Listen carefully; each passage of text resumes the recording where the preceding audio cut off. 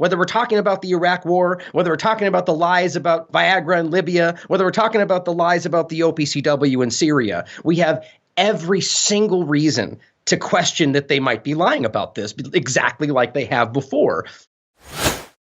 You're listening to the Corbett Report. Welcome, friends. Happy New Year? Question mark? Well, it's a new year anyway, and it's already obviously shaping up to be quite an incredible one. On a number of different fronts, I'm sure you have been following the story, at least to some extent, of the remarkable developments that took place in Iraq related to Iranian militias and assassination of an Iranian general in Baghdad airport and rocket attacks and embassy sieges and what the hell is going on. You would be forgiven for not quite understanding this story if you are only getting your information from mainstream sources, because obviously they are not providing you with the actual context and the real story of what is actually happening here. They are serving up the same old Pentagon-spewed propaganda lies that they always tend to spew up at these times. So you are not informed if you have not been following events from alternative sources. And one source that I am very glad that I was following at the time that this was all developing was The Last American Vagabond by, who's obviously Ryan Christian, who has had me on his program a couple of times, so I hope you're familiar with it. If not, please do listen to the Daily Wrap-Up. It is an incredibly thorough and comprehensive overview of important geopolitical stories, and because I was listening to The Last American Vagabond's Daily Wrap-Up, I was informed of this entire situation before it even took place. Yes, Ryan was talking about this before it even started making news and developed into everything we've seen. So I do have a bit of a handle on it, but really thankfully because of our guest today. So let's bring him on the program. Ryan, thank you so much for joining us today. Well, it's an absolute pleasure to be here, James. And coming from you, that's a huge compliment. So thank you. Excellent. Well, as I say, hats off to you for following this story. And as I say, following it before it even became a story, quote unquote, because there is background and context that helps to make sense of these seemingly nonsensical events that we're seeing. What's happening? There's Iranian militias in Iraq that are being struck. There's something called the PMU, or is it PMF? And then there's this Iranian general. What's going on? So, Ryan, fill us in with a bit of this context about Katyusha rockets and other things that have been out there and sort of been reported here and there in a spotty, contextless way. Put that together for us. How far back do we have to take this story to really actually start to understand it? And yeah, this is why your show as well is so important, because the context is what's often left out. So this is why we have to be very, very open-minded and look at so many different sources. And you could bring this back all the way to World War II if you really want to understand where these Katyusha rockets come from. But it really, as far as my story has developed and how far I've been watching this, you can go back, I would say maybe 4 or 5 months, maybe further. But, basically, as far as I saw it begin, we need to understand that this didn't just start with Soleimani being assassinated. This didn't just start with a contractor allegedly being killed. This began way before that, when Israel had been carrying out drone strikes and just regular bombings, weirdly enough, using Katyusha rockets on different locations around Iraq that were targeting the Iraqi military, specifically the Popular Mobilization Units or forces, which is the same thing, different terms used at different times, maybe just to confuse people. But they were targeting this specific group and specific locations such as the Al-Bukamal region, the crossing right there. And we all know about this. We've heard the land bridge, the discussion about how we can't allow allies to have a road between each other, right? Because, they could ship weapons, also food and whatever else. But of course, the weapons. And so they were attacking this. And this agenda has been around for a very long time. The U.S. is a part of it.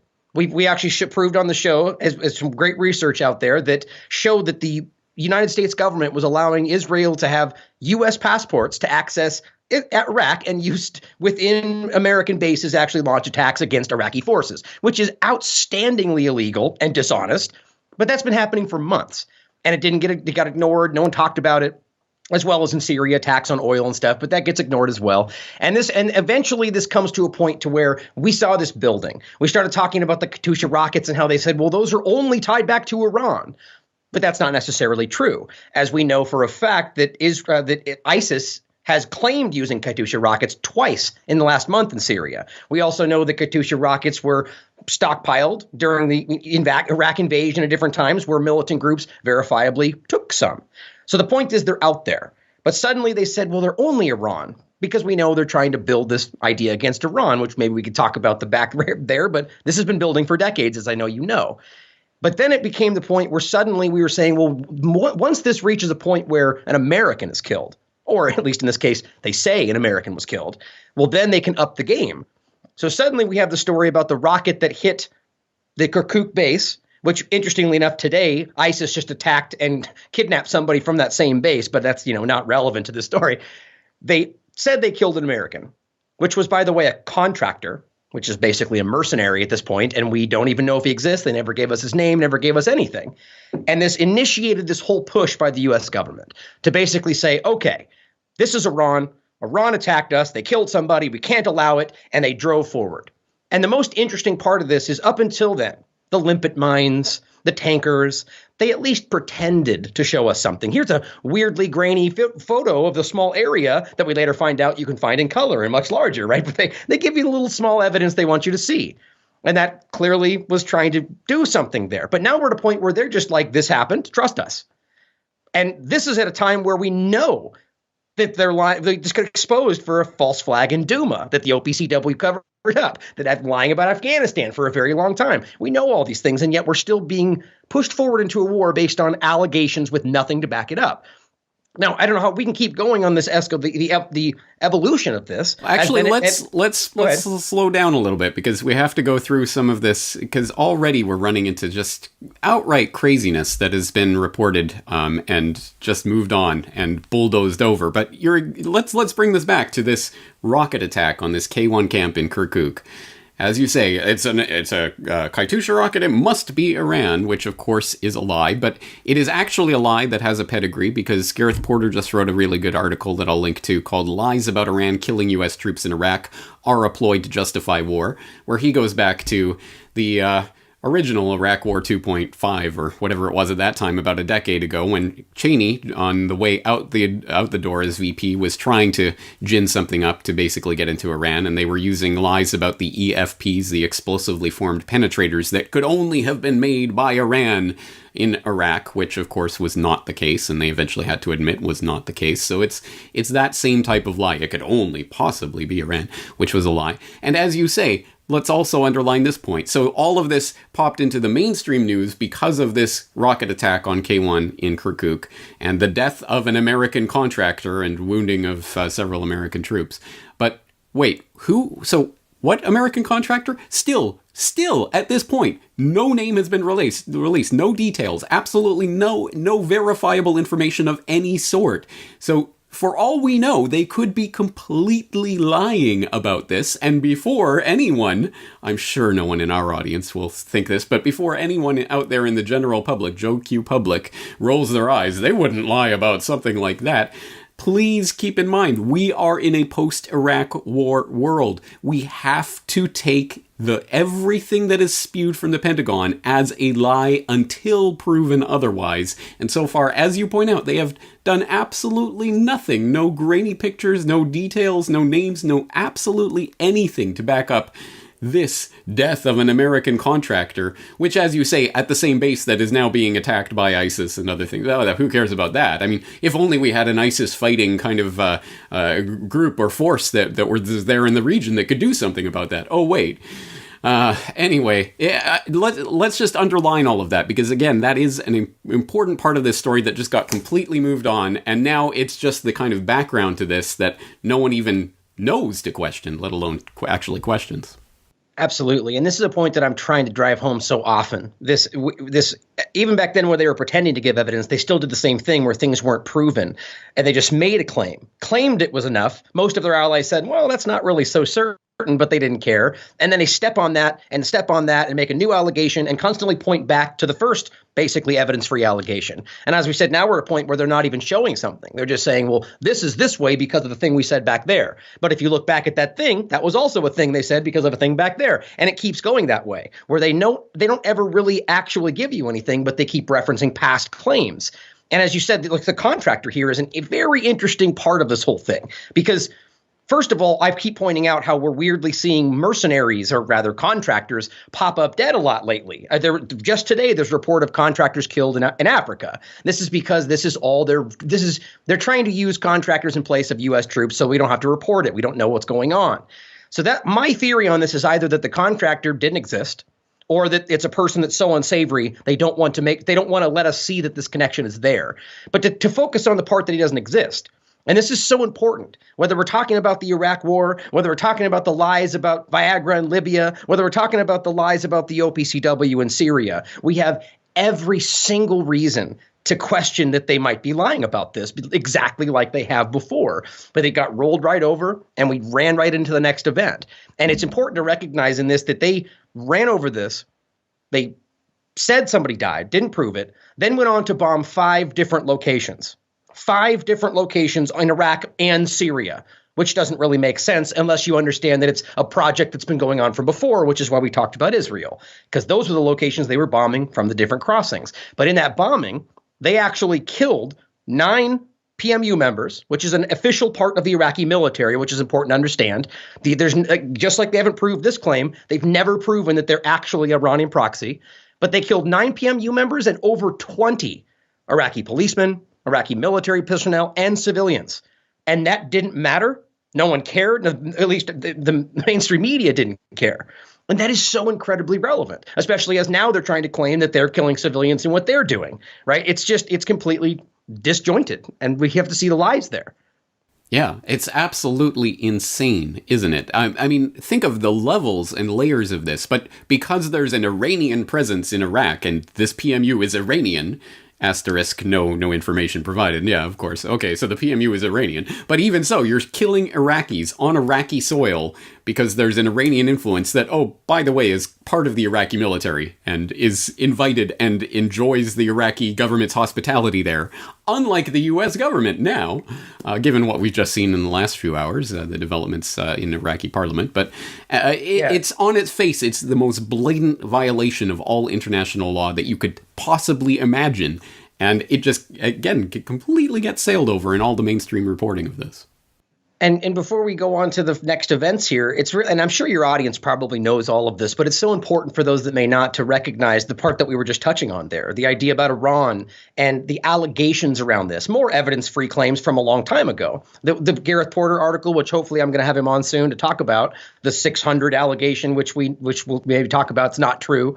But this idea that they have, Iran proxies everywhere. Now, I'm not trying to suggest that Iran doesn't have proxies or that some of these groups aren't actual parts of Iran secretly. But then what I'm trying to say is there's no evidence to back it up. The ties to Hezbollah, the ties to the Houthis, the ties to Hamas, these ideas that they claim that they're Iran proxies. And then they use this allegation around the world to pretend like they're doing something wrong. But even if that was true, even if the PMU was literally part of the Iranian government, it's still not illegal. It's still not against the law. They're still not doing anything wrong. Like even if they are bringing, let's say, missiles into Iraq, which is kind of disjointed when you realize they said that a month ago, but it turned out to be rockets, but they're making it the same story.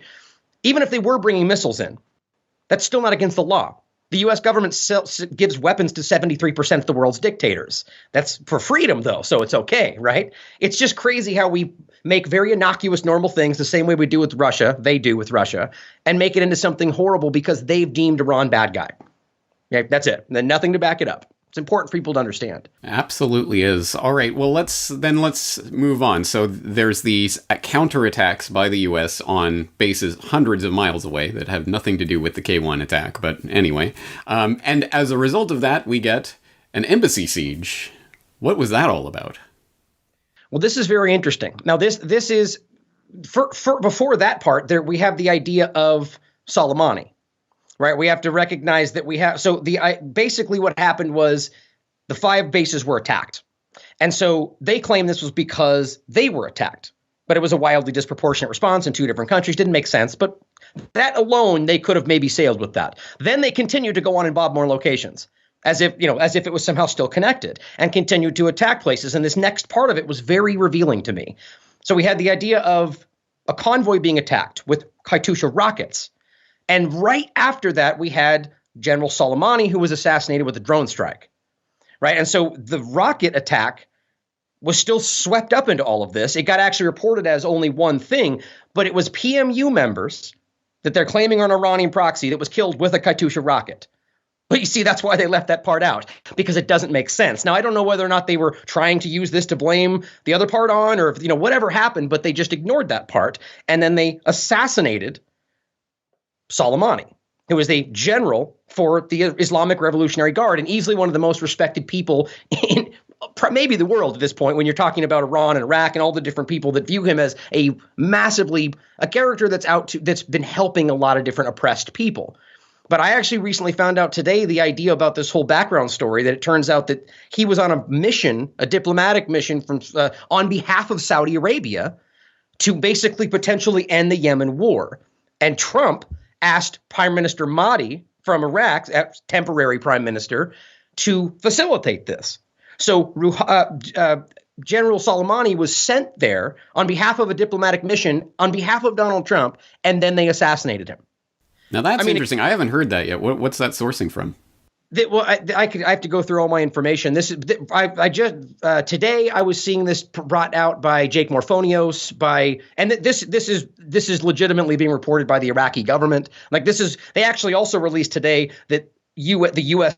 government admitted to them that Israel had been conducting these attacks beforehand. But there's a question of whether or not they might be lying now because of what's going on. You can argue that. But nonetheless, this has been pretty widely reported now today. And the idea is that he was there on behalf of this mission. And you could argue either that they were afraid that the Yemen war would end, and that's not good for them, or they just made up this entire diplomatic scenario to be able to assassinate him. And he wasn't in secret. He was flying openly, about to attend funerals. There's just so many levels to the dishonesty and the lack of decorum and all of this, But then, of course, then to your question, this leads into the embassy siege, which was ultimately the idea was that these people were there unhappy about the PMU members being killed. Right. And so this is about people arguing that they just attacked the Iraqi military. And they made it about Iran. Why? Because they were waving the flags of the people that they just killed. Like, that's the extent of the argument, that they had flags and we saw somebody that was there and they were waving the flags. Well, now all of a sudden, they're Iran proxies. And they literally actually later arrested members of parliament because they said the same thing. They said, well, you're an Iran proxy. You know why? Because Pompeo said you were at that protest. That was literally their burden of proof. So their mandates now are able to, the things that they say with no evidence can literally end your life. Well, let's make sure we got the chronology right here, because the embassy siege was before the Soleimani strike. It ended about 5 days ago, and then 3 days ago or so was the Soleimani strike. So right. No, I'm jumping around in my storyline here, but it is important because at least what we are being told is that Trump, after the original K1 attack, the dastardly attack that killed this nameless American contractor, there was a menu of options presented to him, and he chose one of the moderate options, just bombing a bunch of bases that had nothing to do with the attack whatsoever. The far out option was assassinating Soleimani. He didn't choose it at that time, but after the embassy siege, and he had to step up and be the big man, well, and let's get rid of Soleimani. At least that's what we're being told. Again, who knows how far you can trust any of this reporting, but that's at least one of the reasons why Soleimani was assassinated, because of this horrible thing that took place at the Baghdad embassy. Yeah, and the way the background around the Soleimani assassination and the lies that were used and the way that they conducted this is just outrageous. Just from top to bottom, the decision-making process. And there's an interesting thing to consider here about how Donald Trump actually conducted this and whether or not you feel that his advisors are honestly advising him. Because there's many people that would consider the idea that maybe this was something that was brought to him and saying, well, this is what's been going on, and we've got this terrorist in our sights. And so he just pulled the trigger. And now maybe backwardly saying, oh, well, this is speculation, obviously, but we have to realize that the way that they've conducted this after the fact doesn't appear to be something that they're necessarily continuing to move forward with. It's an interesting development overall. Let's address, while we're talking about the Soleimani strike in particular, let's address the outright, on its face, incredible, brazen illegality of this, of killing, assassinating a person who was in the country that he was being hosted legally and was invited there, was on the ground of a neutral third party to this conflict that's apparently not going on, but kind of going on between the US and Iran, on the ground of an ally of the erstwhile person who's doing the strike, the party that's doing the strike. Utterly, on its face, in every way, illegal, except, of course, there's always the fig leaf of something that justifies this, right? And in this case, it's something called the Bethlehem Doctrine, which was recently pointed out by Craig Murray, craigmurray.org.uk. Sorry, I'll put the link in the show notes to his article, Lies, the Bethlehem Doctrine, and the Illegal Murder of Soleimani, where he points out, in one of the series of blatant lies the USA has told to justify the assassination of Soleimani, Mike Pompeo said that Soleimani was killed because he was planning imminent attacks on US citizens. It is a careful choice of word. Pompeo is specifically referring to the Bethlehem Doctrine of Preemptive Self-Defense, developed by Daniel Bethlehem when legal advisor to first Netanyahu's government and then Blair's. Interestingly, the Bethlehem Doctrine is that states have a right of preemptive self-defense against imminent attack. That is something most people and most international law and experts and judges would accept, including me. What very few people and almost no international lawyers accept is the key to the Bethlehem Doctrine, that here imminent, the word used so carefully by Pompeo, does not need to have its normal meanings of either soon or about to happen. An attack may be deemed imminent according to the Bethlehem Doctrine, even if you know no details of it or when it might occur. So you may be assassinated by a drone or a bomb strike, and the doctrine was specifically developed to justify such strikes because of intelligence. You are engaged in a plot, when that intelligence neither says what the plot is nor when it might occur, or even more tenuous, because there is intelligence you have engaged in a plot before, so it is reasonable to kill you in case you do so again.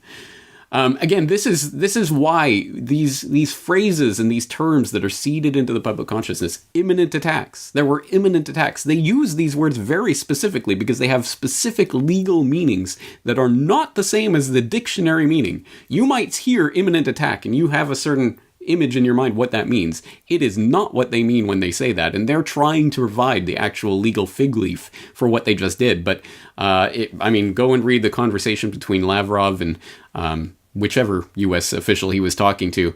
I think it was Pompeo, but whoever he was talking to, saying this is unbelievably, flagrantly, brazenly violating international law, and we will not stand for this type of incident anymore. There's a real incredible step that's been taken here, and let's address that. Yeah, that it's a lie. I mean, there's no other way to spin that, as he says in the article. This is a lie. You're misrepresenting the word to such a degree that it's just simply a lie. And the Bethlehem Doctrine is so very interesting, especially when you recognize that we're stemming from it's an Israeli kind of idea at this point. We've been seeing them used for quite a while. But this is the idea, as you said, the real takeaway point, that they're saying imminent threat to make the American people think that something's about to happen right now, which is what they've been basically saying. But under the doctrine, they literally just need to suggest, as you said, that they may do something, or that they have in the past, and that they can assassinate somebody for that.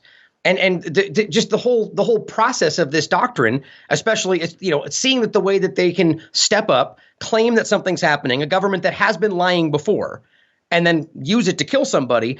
I don't understand why we can allow this, especially seeing that their version of the doctrine between the UK, the US, and Israel is classified. So they get to step up and claim they have intelligence, but we can't see it for national security, which we know by the doctrine could mean that there's really nothing at all, and that they're killing people that they already had planned to kill for a long time. They authorized his assassination for Israel, like not too long ago, I think later last year. And yet we're supposed to pretend like now the assassination was just some imminent threat idea. It's flagrantly dishonest. And again, even if we think that they might have it, we have a right as Americans to know what they have and why, as they're doing it in our name. Absolutely. All right, so let's move the timeline forward to where we are now, and some of the latest developments that have taken place as a result of this. Yeah, so now we've seen it's been a really weird convoluted evolution since then, because it's happening so frequently and so intermittently that it's kind of, and I actually argue that this is why this is beginning to happen. It's even as in regard to the preemptive idea. It's the same thing we've seen develop, and you really can't ignore the correlation to the Israeli-Gaza situation, to the way that they're building this foreign policy narrative. We're at a point now where it's so breathless and it's about to happen and things are about to happen that all they really have to do now is say, that just happened, we're bombing. By the way, which Donald Trump literally just tweeted out today.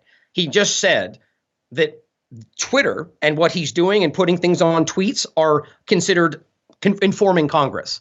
So all he has to do is tweet something out. And he literally said that they will respond disproportionately, which is collective punishment. That's a war crime. The second time he's tweeted war crime potentials in the last so many days, arguing he's going to bomb Iranian cultural sites. But now we're at a point where they just point to something and attack. And that's what's ultimately happened since then, is we've continued to see a rocket flare off. And I've only seen one or two that have actually even like hit in the point we're inside the green zone or where it could potentially damage U.S. forces. And they continue to bomb back and continue to attack PMU forces and specifically around the Al-Bukamal region and the border crossing on Iraq and Syria. And it's just continued from there, where we're now at a point where they're continuing to attack them. And it's building into an actual war against the Iraqi government, which now we're seeing develop into them deciding to push them out and then just flat out saying, well, we're not going to leave now. Yes. But here's what's funny to me. They've screamed for the last week about how we respect their sovereignty and their independence. And the moment they express that independence, they say, we don't care. Exactly right. I mean, this is really the crazy part of this, because it did take place on Iraqi soil. So all of this obviously brings in the U.S.-Iraq relationship into question, and what is happening there now. So as you note there, Zero Hedge, for example, has it up. Iraq votes to expel U.S. troops as Iranian MPs chant death to America. And they do have an important update here, though. It says the U.S. State Department has expressed its disappointment at the Iraqi parliament's vote to expel U.S. forces. However, as Axios' Jonathan Swan notes in a tweet, that he just spoke with a senior Iraqi government official who explained that people should be very cautious about drawing certain conclusions from Iraq's parliamentary vote to expel the U.S. This is a far from certain outcome. It's a resolution, and the PM who must sign it has already resigned. And then it quotes, "This is a temporary victory for the parties which are pro-Iranian," the senior Iraqi government official told me, "but it's also a clear message from the Sunnis and from the Kurds who didn't vote, and from some Iraq Shia for the Americans to tell them, we want you to stay in Iraq." So this isn't to say that all Iraq is united against this. Of course not. I mean, this goes back to the heart of what this has been about, essentially, since the invasion and occupation of Iraq, which is the Sunni-Shia split that exists in Iraq, that has caused all of this incredible flare-up of everything that's come after it, including ISIS and including everything else. It continues to spill out, and it is still playing out in these internal Iraqi politics. But yes, I mean, now we are seeing the pro-Iranian, as they term it, i.e. the Iraqi Shia, the Iraqi Shia, asserting themselves more so and saying, get out, U.S., we don't want you here anymore. This is, I mean, however this ultimately plays out, this is an important development.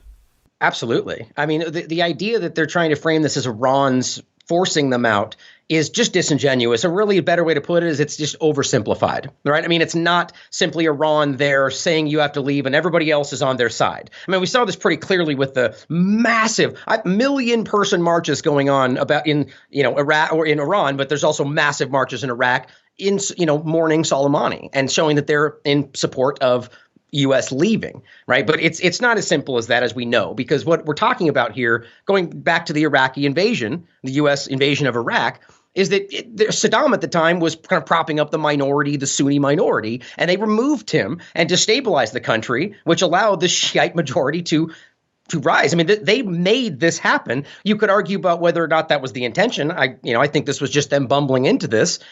But that is now just an ideological rise. We're not talking about Iran controlling them. No, but you could make the argument that maybe that's happening. But the point is always is we don't have the evidence to prove that. But they continue to say it. But as you're saying now, they just make everything that's happening about, well, then it must be Iran.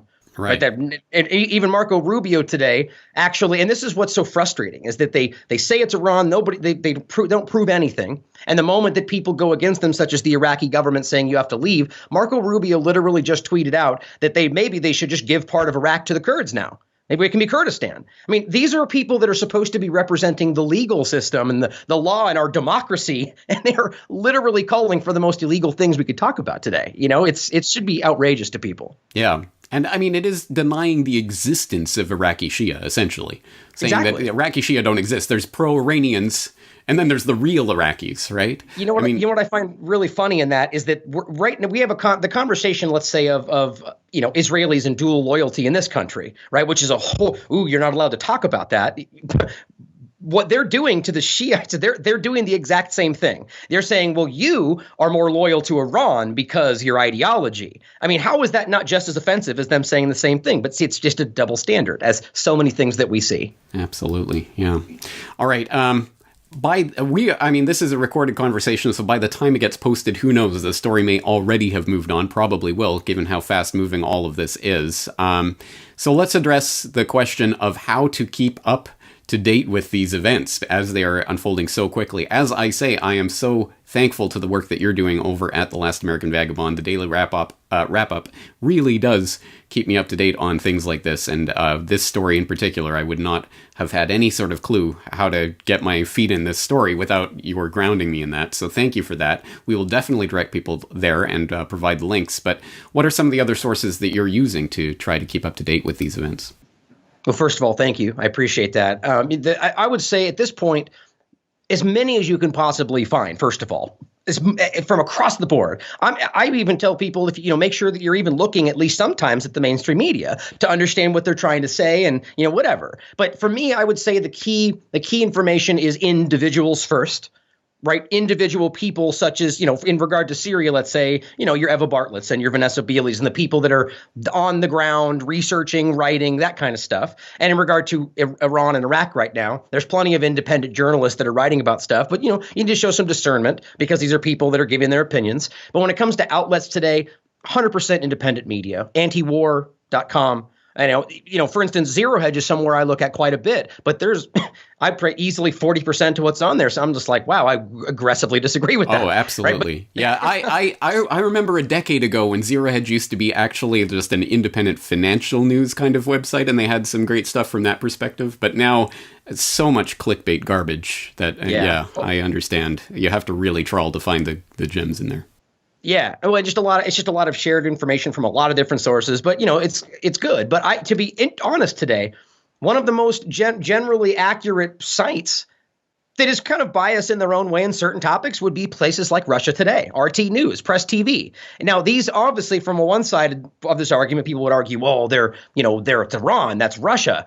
But if you're just standing back from a truthful perspective and looking at the information they're presenting, they are far, far, far more accurate than any of the mainstream we could look at, right? But I mean, just for a couple more that I would think of, Moon of Alabama is fantastic. Somebody that I really and there's things that I disagree with where it may pertain to Trump, but there's a lot of stuff that he's very, very up on and very, very informative. Mint Press News is another fantastic one. There's really a lot of them. And I recommend you just find the individual, such as, your Whitney Webb from Mint Press News. Yep. Individually is a really good writer for a lot of different places. And 21st Century Wire has done some good work. Absolutely. And they publish a lot of these authors as well.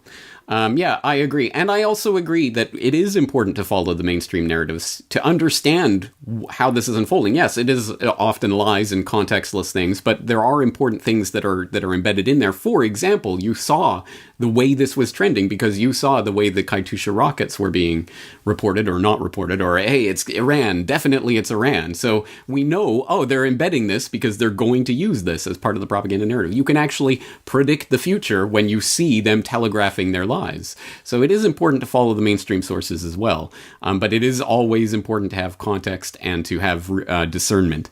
And it's always handy to have people like yourself out there who can help provide a little bit of that context and discernment for people who are trying to live their lives. I sympathize. I understand. People are just working and trying to, keep their head above water. They don't necessarily have all day to be spending looking at the news wires. That's why they hopefully support people like yourself and myself so that we can look at the news wires and try to make sense of this garbage as it is being spewed out to the public and try to make sense of it all. So a lot going on. Incredible developments.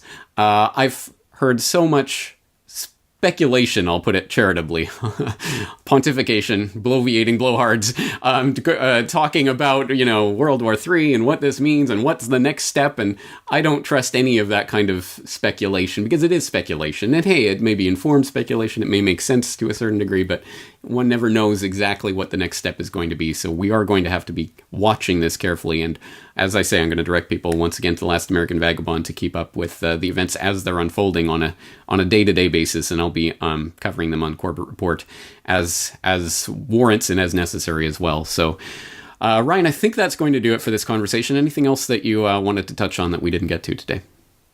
Well, first, I would say just an extra little addition to the independent sites. There's a great link on the Last American Vagabond website, but it's just alternative sites. So the whole thing is a listing. Yours is on there, a listing of all the sites that I would recommend people check out. That's a good one-stop shop for people to check out. In regard to this larger topic, it's just really important for people to show some discernment today. Like it's, even in regard to what you and I are saying right now, it's never been more important for people to literally question everything. It just so happens to be my tagline, but it also is something that we need to be, bringing into our daily lives. And the situation with Iran has been documented. Decades after decades, they've been driving for this. And yet it's happening now, and we somehow can't seem to bring that together. It's time to wake up and see that it's possible that the bad guy in the situation may not be who you think it is.